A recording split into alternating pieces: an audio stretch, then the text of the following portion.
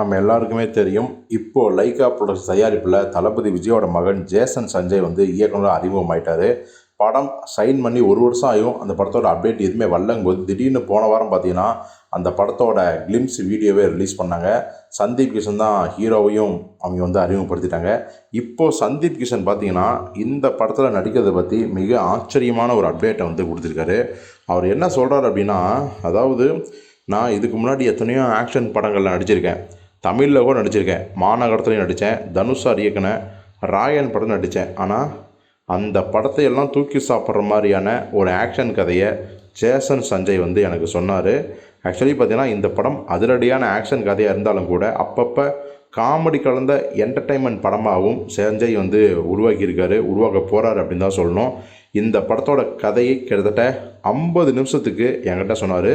குறிப்பாக scene by scene மிகச்சிறப்பாக என்னட்ட வந்து அவர் வந்து கதையை சொன்னார். குறிப்பாக வந்து பார்த்திங்கன்னா என்னுடைய கதாபாத்திரம் எப்படிப்பட்ட கதாபாத்திரம் அப்படிங்கிறது விளக்குனார். அதனால தான் படத்தையும் மிகச்சிறப்பாக இயக்கி முதல் படத்திலேயே மிக முக்கியமான ஒரு இயக்குனர் கண்டிப்பாக ஒரு முத்திரை பதிப்பார் அப்படிங்கிறது நான் வந்து ஆணித்தரமாக சொல்கிறேன். அவர் சொன்ன கதையின் மீதும் சரி அவர் மீதும் சரி எனக்கு மிகப்பெரிய நம்பிக்கை வந்திருக்கு.